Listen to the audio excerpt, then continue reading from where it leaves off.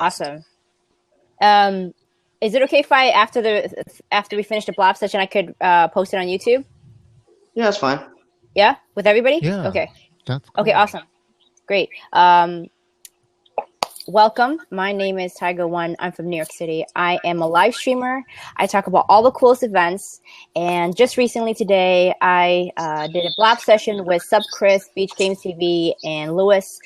And basically, we talked about gaming and talking about just how to use gaming and Periscope and advice on YouTube as well. Right now, we are going to talk about technology, tech gadgets, or any upcoming trends. And today we have a special guest. We have a guest, I'm sorry. We have Magic, we have Alex, and we have Matthew. And before we get started, I would love for everybody here to click on Tell a Little Bird. It's on the left side of your screen, and tell your friends on Facebook as well. And that way we can get more people coming here and listen to anything that would actually interest them. Hey, Yosef, how you doing, Yosef? Later on, Yosef is going to jump in later on too. So I would like to have him talk about his thoughts as well on technology. So without further ado, let's introduce everybody here. We'll start off with Magic. Hey guys, my name is Magic. I started doing tech about maybe 3-4 years ago. Really doing it very very heavy, and I started following it. So what I decided to do was to start my own little tech company called Diamante Technologies, and what we do is we provide from little products to accessories, headphones, and stuff like that to airports, to battery chargers to universities throughout the United States. So that's what I. Magic, are you using a phone or on the desktop? Oh, you just got cut off. We've lost the Magic. He'll be back. Oh. He'll be back. All right. So why don't we have Alex get introduced next? Yeah, I hear the popping. Hey, you still here? Love the audio, Alex. Love the audio. Oh, thanks. Thanks. My name is Alex Young. I am a columnist and a reporter and a PR industry watcher based out of New York City. My column is called Live Stream Livelihoods, and as you can guess by the name, it's all about live streaming such as Periscope, Blab, Meerkat, Fire Talk, Facebook Live, YouTube Live, and so on and so on. And the beat reporting is all about Android phones, Android tablets, and special events here in New York City. The publication I'm with is based out of Eastern Ohio. I'm their only New York City person, so that's kind of lucky in a way. And I love to watch the PR industry.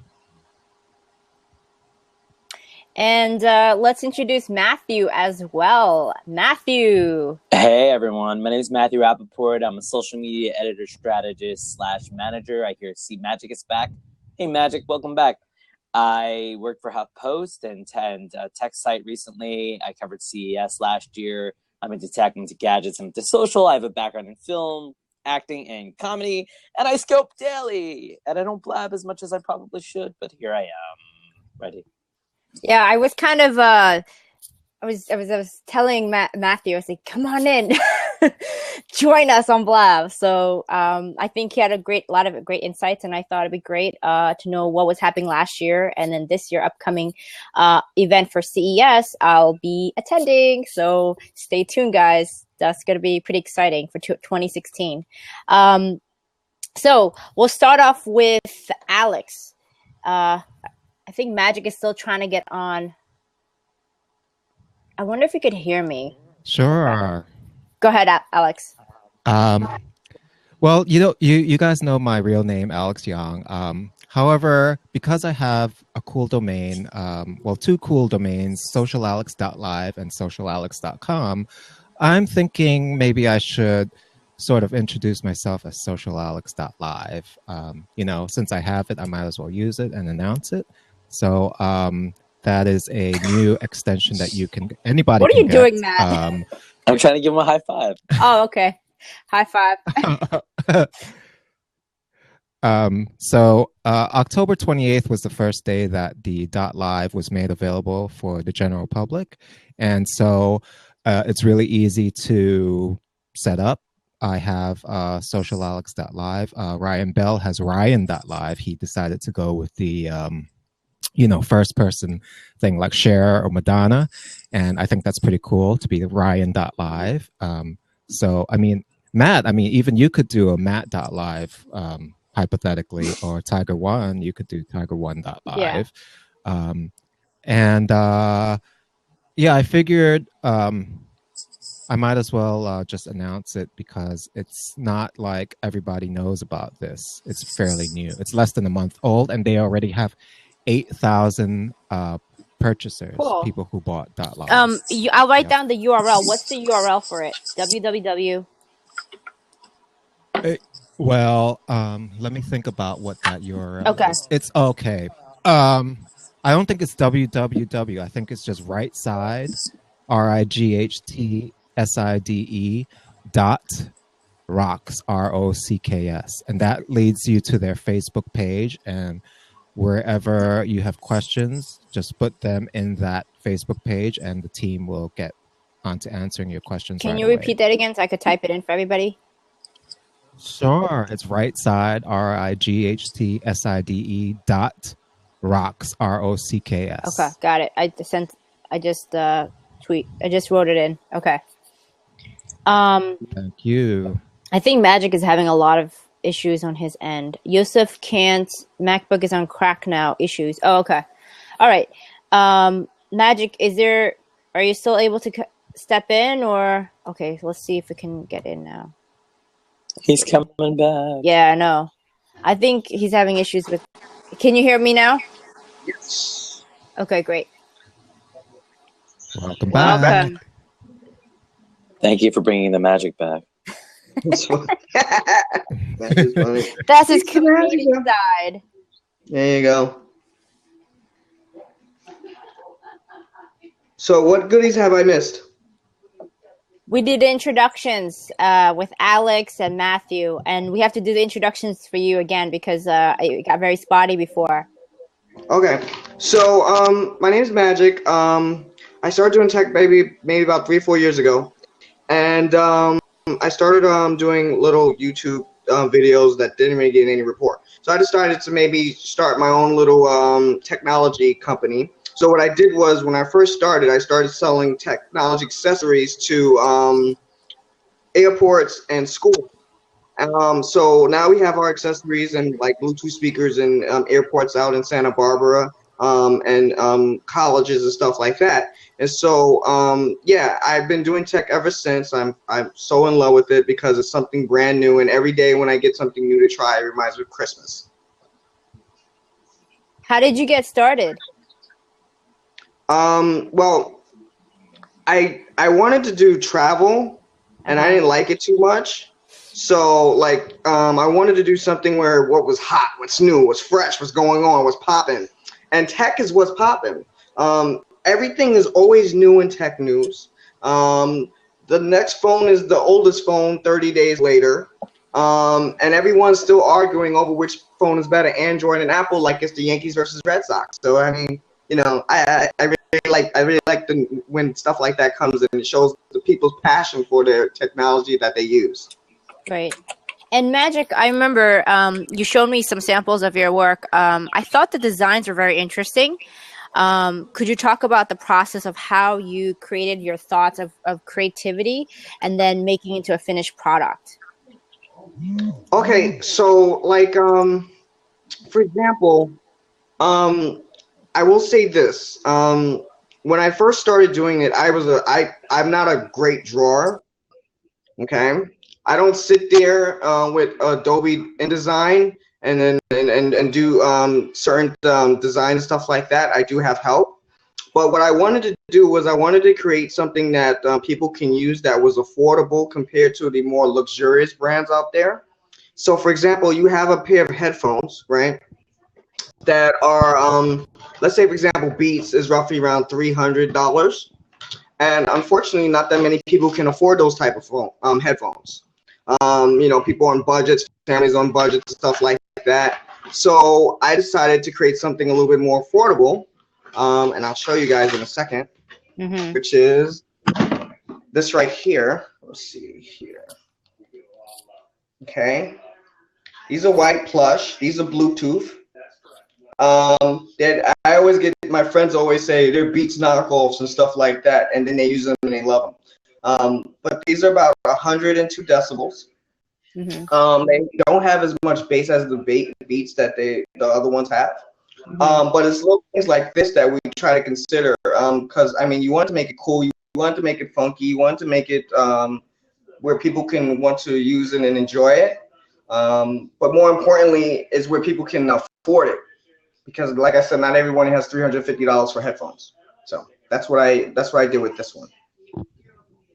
So after you design it, where do you send it to productions to create like a sample, a prototype? Okay. So what I do is I go to my factory in China. Okay. And this one, the ones that create this one is called Shenzhen Hunring.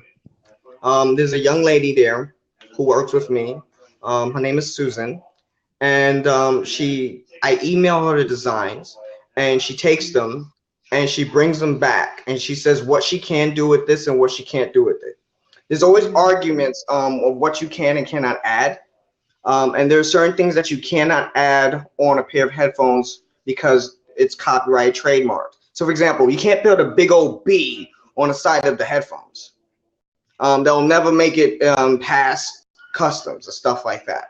So we try not to copy leading brands and stuff like that. But we may add a little zing to it. For example, these are white on whites. We do have white on blues, and we have one that has an ocean on it and stuff like that. So I mean, we try to add little tricks that we can show that it's ours compared to everyone else's. Okay. Hey, Alex.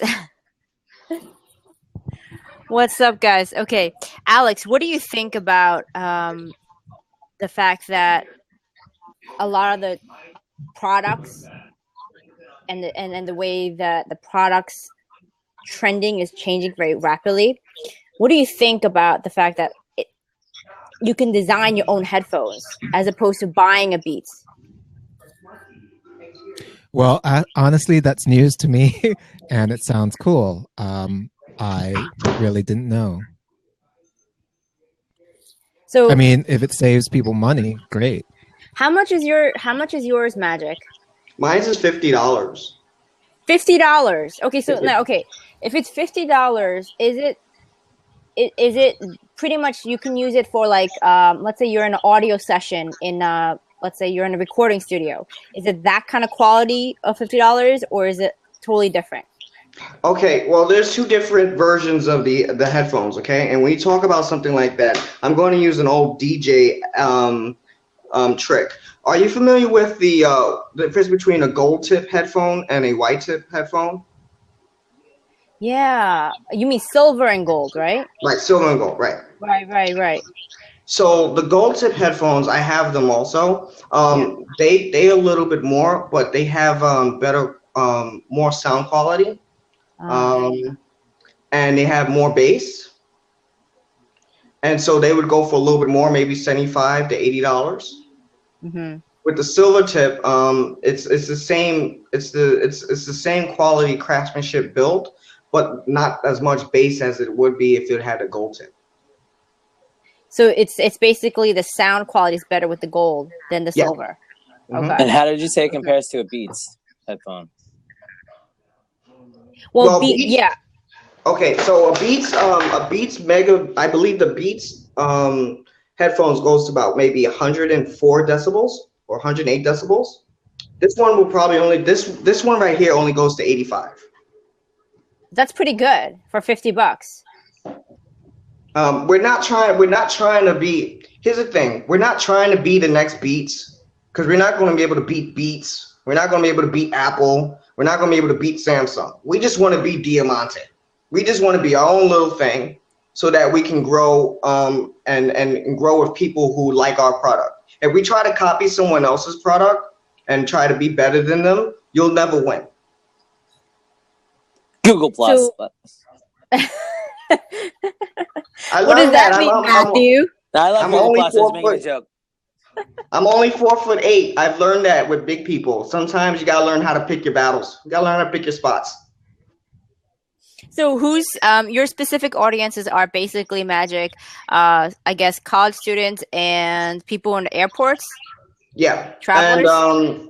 yeah, you have people who live in the inner city and stuff like that who want a different type of headphones and stuff like that. But when I first started doing, I didn't realize the difference between the people how they felt about earbuds and like Apple earphones. Like for example, there are a lot of people who don't like earbuds because they fall out the ears a lot and will refuse to buy them.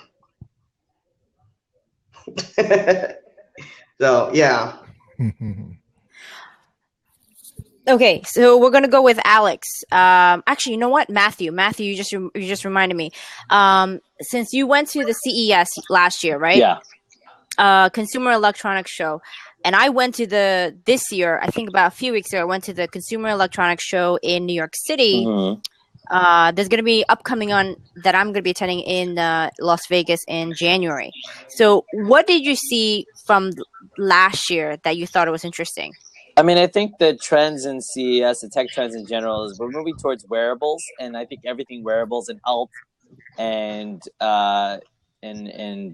exercise, measuring, every single, not just steps, but measuring every single piece of data beyond comprehension to the point where you'll have wearables that you can use to give yourself a diabetes shot and beyond. And I think that we're really moving that way. And 3D printing is always around. I don't necessarily know that 3D printing, like I was thinking about the headphones.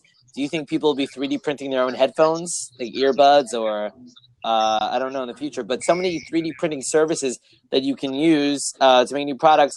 And I don't really necessarily know that 3D printing is gonna. I mean, it's awesome, but it's so expensive.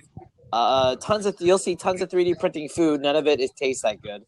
I don't know why they keep making it. They made food. I didn't know they could make food out of it. 3D printing food. There's a lot of it. Yeah, they just have to put the right ingredients in, and that's pretty cool. And virtual reality will be front and center. You're gonna see Oculus. You're gonna see copycats. Last year Oculus had a cool booth, and they had a demo that was cool. And then they also had the Samsung VR Gear, which they showed off, and I got a demo of that. But Oculus keeps saying that they're not a gaming platform, even though that's where they're going to have to start. And then almost everything I've seen from Oculus has been gaming. So it'll be interesting to see with VR and VR gear, like how it will explode at CES, the wearables and the VR, and VR are a form of wearables. And I think this year we're really going to see more augmented reality products start to pop up. And so I know we have the Microsoft HoloLens, but I think we're going to see some copycats. And I was actually a little surprised that all major brands have a VR, have an augmented reality, you name it. I went to Sony's booth. I went to, Panasonic. All these different companies are developing every single new future tech. I wouldn't be surprised to see wearables that do health from all of them. But what else? I don't really know. I think VR and wearables and 3D printing are going to be the main things. And also, last year the major trend was the Internet of Things, connecting your house, connecting your appliances, connecting your car, connecting everything to your smartphone. I don't necessarily know how successful that's going to be. I ask questions like, what's next? Do people really want to connect every single device in their home to their smartphone? Maybe. I don't know. Do you guys really need it to connect your dishwasher and your air conditioner and maybe your washing machine? Like, where does it end? Do you think it's convenient, or do you think that it's going to be a waste of space to do that? To buy a device specifically for your home, a smart home. What do you guys think of the smart home concept? It sounds cool, but do you think it's going to be overdone? Alex, you answer that one. Well, sitting here and not having experienced a smart home, it's easy for me to say that it is going to be overdone, and there's going to be a lot of collisions. It's just kind of asking for trouble. That's my initial thought. But I do have the opportunity to see a model smart home next month. And so, maybe when I experience one, it'll open my eyes to things and just sort of erase certain assumptions. And so I better not say anything until then. All right. I hope that a smart home can. I'm sorry. Go ahead, Alex. Sorry. Oh no, that was it.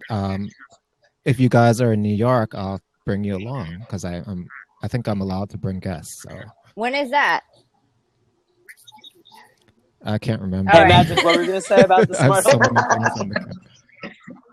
I was gonna say, What? I just want to make sure, like, if a smart home can, if I'm arguing with my wife and it's smart enough to take me away and put me in a island away from her while she's angry at me, I am good. That's enough money we can spend on Push a that. button. That'll be it. But yeah, all these smart home devices like security or alarm control for a bunch of companies, they can make it. I mean, they can make it so you can see your kids finish their homework, and your kids have to check in, and the atmosphere for the room, and automatically, you don't need a key anymore to your house. You can just automatically get in with your smart home, things like that. You know, that way, that's actually kind of cool. Like if you have a housekeeper and you don't want to give her a key in case something goes wrong, she just uses her. I don't know if she uses an identification pin or whatever it is in the app. You could always delete that when she leaves your as your housekeeper, so she can't get back in or make a copy of your key, things like that. You know, Matt, I was gonna say, you made a great point about the 3D printing. I remember last year, I think it's last year or this year, I can't remember. I know I posted on my YouTube, but I interviewed the makeup creator Brie Pettis, and one of the things that really astounded me is the fact that you can do 3D printing on your jacket and had patterns and designs, and I thought, wow, this is really interesting. And he showed me a sample of it. So, you know, I think anything can happen. If people can afford a 3D printer, I think your imagination can take off. So I just think 3D printers are going to be, it's all expensive. I think services to do that is where it's at. A lot of companies offer the service to 3D print you anything you want. So I think that's really where where we're going to see it going, because I think 3D printers, really good ones, are expensive. You'll see a lot of companies that have cheaper ones, but I don't know how great they are. It's hard to tell. And you know, a lot of times I see the 3D printing companies, they're making art, they're making statues, they're making food, they're making things that you wouldn't necessarily use in your daily lives yet. I mean, yes, the things you're doing for medicine is amazing. 3D printing a heart and a kidney and whatever else. But for the average person, I'm not really sure that it's more than just a novelty. It's more than just yet, you know. So, what kind of uses would you use it for? Any of you? I don't know. Well, I mean, Alex, go ahead first. I'm sorry. No, I was gonna say there's a site that's all crazy people, not crazy people, but people who are really fans of 3D printing, and it's called Thingiverse, Thingiverse,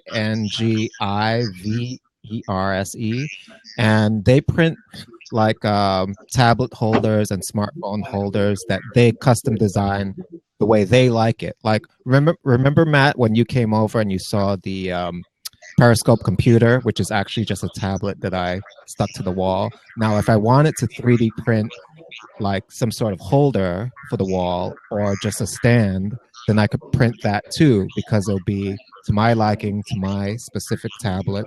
And that's what a lot of people are doing.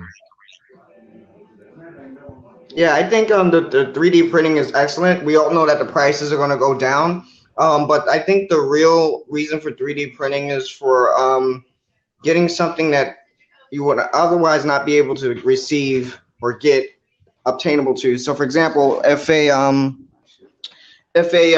medical doctor had to get if someone who was deaf had to get another ear, they can create it. If someone who had to get a prosthetic limb, arm, hand, or whatever, they can get one. The transplant of organs and stuff like that is a really difficult thing. I remember the first baboon to little girl's heart transplant didn't work out, and the girl had died.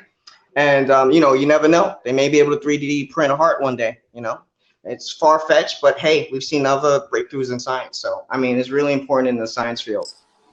Well, I've seen like a sample of what they do with 3D for, let's say they want to mold like your tooth and you want to check and see if it fits. Like I've seen that, which I thought was very interesting. Okay, so the next thing we're going to talk about is, this is for Alex, any tech gadgets that you think people should actually check into? Yes, I want to let you know what I think is great, what's good, and what's not so good, and what's hype. Now, let me start with something that I feel is hype. It is the Motorola Droid Turbo 2. Now, this is an unbreakable screen. You can drop it, and Motorola will guarantee that it won't break for 4 full years. Now, Motorola, I have to be compliant with you. And yes, I received this for free.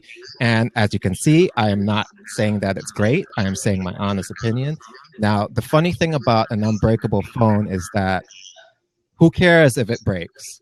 Because when the phone drops, it's the insides that get messed up too. So, what's the point of having a phone that has an intact screen, but the insides are messed up? And when you turn it on, it's just like an oil slick of 500 colors. So, that's one thing that the mainstream press is not talking about, and I'm not afraid to talk about it. Motorola, you know that I love you. I know that you love me. Hopefully, you still love me after this, but I really think that the whole unbreakable screen of the Turbo 2 is hype. I mean, it's $625 retail, and it's just like, come on now. I mean, a phone that drops is not good, period, in my experience. Well, I mean, I agree with that. I mean, the phones are expensive as it is. I mean, the days of getting receiving phones that were. I remember when the flips were coming out, and the biggest price on the flips was $199.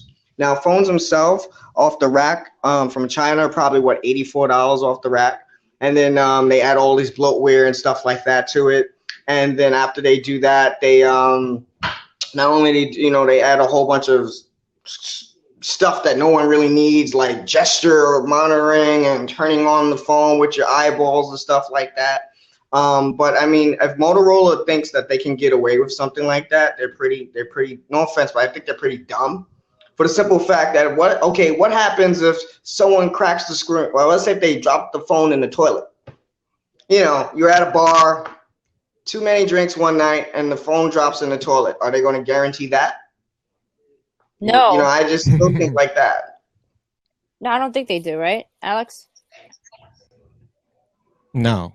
Yeah. And here's the other thing about this phone is that there's a lower price model of this called the Max 2, and it has a smaller battery, but the battery on that one actually is better. Like, it just lasts longer, but it's smaller. So what's the point of having a bigger battery on the Turbo 2 and it performs less? It performs not as well as the lower price version. Like, that doesn't make any sense.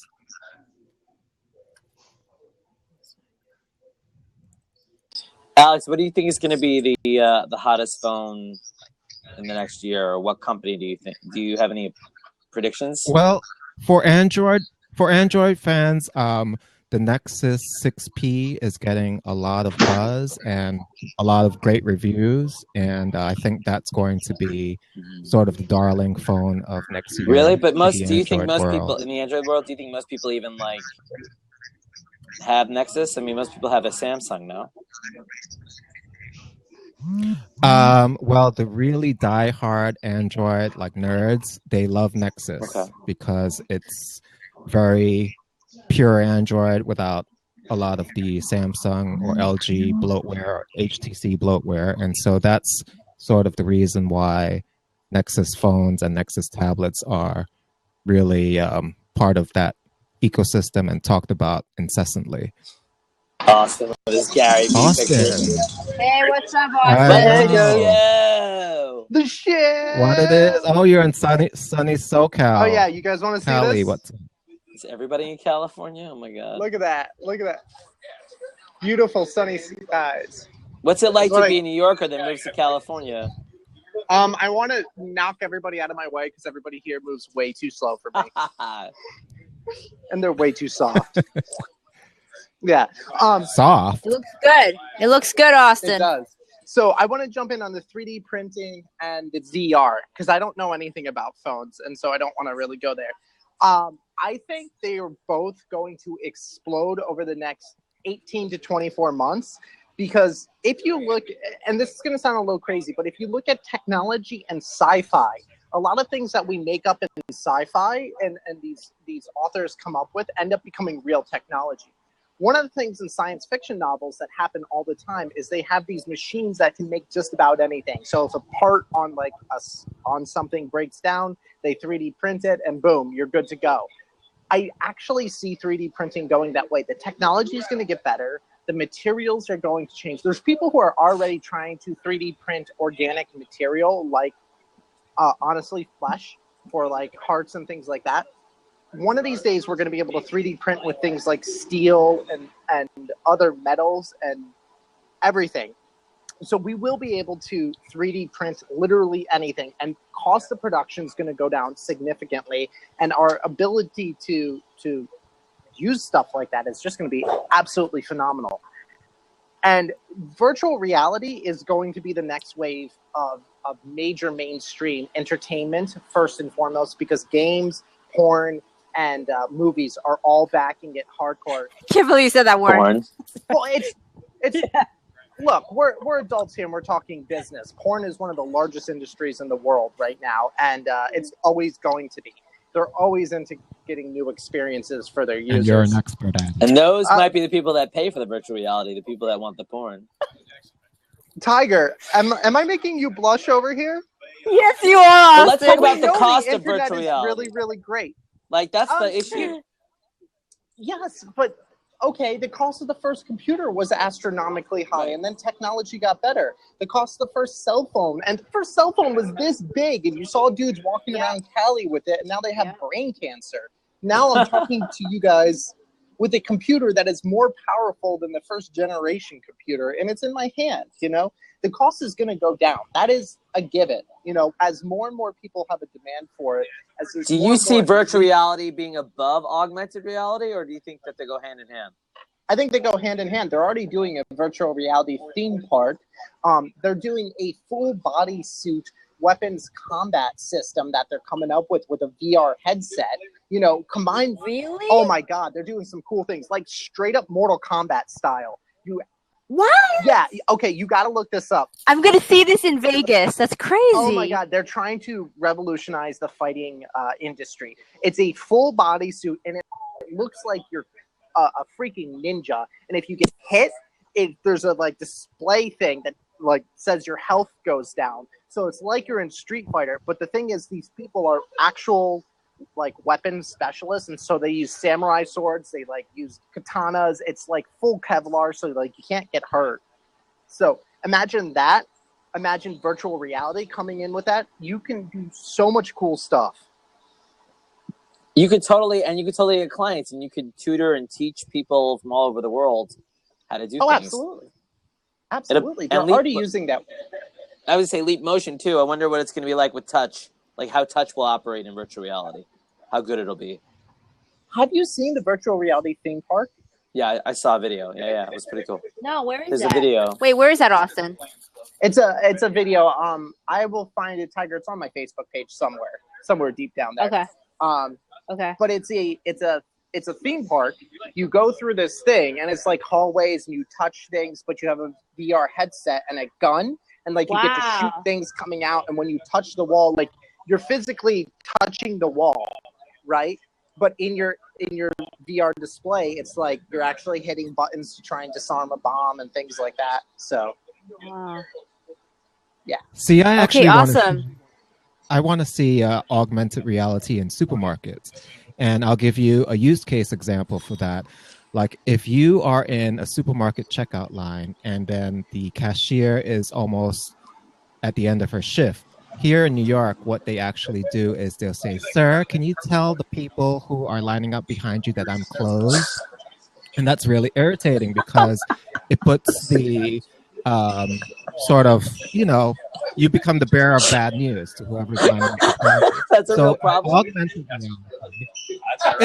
First world problem. I mean, it's irritating. It's irritating. And so here's the thing. We can actually evolve from these sort of irritating problems and just like learn and stuff. But with augmented reality, they can actually have like an arrow pointing like to me and just spinning above my head. And it says, last customer on this line, and then it just follows me as the line gets shorter and shorter. That way I don't have to say to the people in back of me, sorry, this cashier is like gonna close soon at the end of her shift, so like I'm the last customer on this line and stuff. So I actually want to see augmented reality in supermarkets. I thought what you were going to say in supermarkets was augmented reality in the sense that when you walk into a supermarket, it shows you like items are located. You put a grocery list in your augmented reality, and when you walk in, it lights up in front of you where you need to go. So you don't need to like, if it's a new supermarket, you need to browse around. Yes. That or price checks, or calories, or food, or price. Can you imagine? Yeah, because I mean, if they can do that, then they can do my idea, because I mean it is really irritating priorities, yeah. Yeah. Hey guys, I just want to give Yusuf a chance. I promised him to jump on Blab. Would it be possible if anyone I'll leave. can jump I off got really stuff to do. I love You're you in California. Thank Enjoy. you, Austin. I got a beach, and You I look gotta like go you're having a grand surfing, time. So Oh my it's a God. stressful Have a life. taco for us. I will. All right. I know. See you later. Love you, brother. Oh my God. He looks so happy. I feel like every New Yorker I moves to know. California, and then like their life starts. Well, Joe Simon moved. They're much to California. happier. Yeah, Much seems happier. like it. Oh, Yusuf can't jump in. I forgot. Okay, so let me just get the hosting network too to jump on. I want to give a person a chance. Hosting network, would you want to jump on? Hey, so speaking, hey, Lady Garza. Hey, so we didn't really, I know live streaming's been covered to death probably. I've never gotten a big chance to talk about it, but what does everyone think of at least the latest Periscope update, or what Periscope features or live streaming features that don't exist that we're desperate for, that really need to be here yesterday, that they're not even pushing? Anything? Is there anything pressing, or do you guys think do you think Periscope should have split screen? Should they have cameos, or do you think that that's not what Periscope was made for? Matt, I totally missed that. Can you ask that again? Do you think Periscope should go the way of having split screen and guest cameo options, or that's not really what Periscope was made for? No, that's actually a great idea, because everybody's experimenting. This is my opinion, but everybody's experimenting different live stream apps, and I think Periscope is probably on the right track to try it out and see how it goes, because I think anything can happen, and once you get to experiment and do it very well, all the other people will be like a bandwagon just coming right in, so I think that would work out too. But then you can do the same thing with Fire Talk. You could have two guests speaking at the same time. So it's a different feeling when I use Fire Talk. Fire Talk feels more like a show, like an actual show, like a daytime show or something like that. But Periscope can be where you can probably get more viewers to give their opinion about things. So I agree with that, and I think that it would make it a more interactive experience. Meerkat does it. I've done it a little bit with Meerkat, but I think it would definitely get more people involved, especially people that are shy to. A lot of people don't want to broadcast; they're too shy. But what if they can do a guest broadcast, or a guest jump in, or that might help them. That would work. Yeah, that would work. So I realize we're about time. So I want to thank you guys for being here, and if you guys could talk about where they can reach you, that'd be great. Matthew, how can they reach you? Sorry, I muted myself for a second. I was typing. Yeah, you guys can find me. I'm Periscoping Daily at NY Actor. That's my Twitter too. You could find me on Facebook, NY Actor M11. I've been doing some Facebook Live, which is pretty cool. Matt Rappaport at Snapchat, and Hangout Conversations on YouTube. Check out NY Actor M11 and Hangout Conversations on YouTube, and Google me. And Alex, how can they reach you? Just go to Social Alex Live. If I'm live, you'll see me being broadcast live on my Periscope.tv landing page. And for everything else, please go to the link that I put into the comments. That's hello.socialalex.live. Awesome. And before I forget, this shirt right here, this is the Periscope Summon shirt. It's made by Swagbot. Sean is the creator for it, and he's awesome. And you can always get the shirt on Swagbot. But before I forget, feel free to join the Facebook group called Ear and Vivo. I put it on the right side. And basically, it's a way where you can connect with other live streamers. And I just started it, so don't kill me that we didn't have a lot of people. But I hope you guys can join me again. And I want to say thank you so much for joining us. I'll see you guys soon. Thanks, Tiger. Bye. Bye.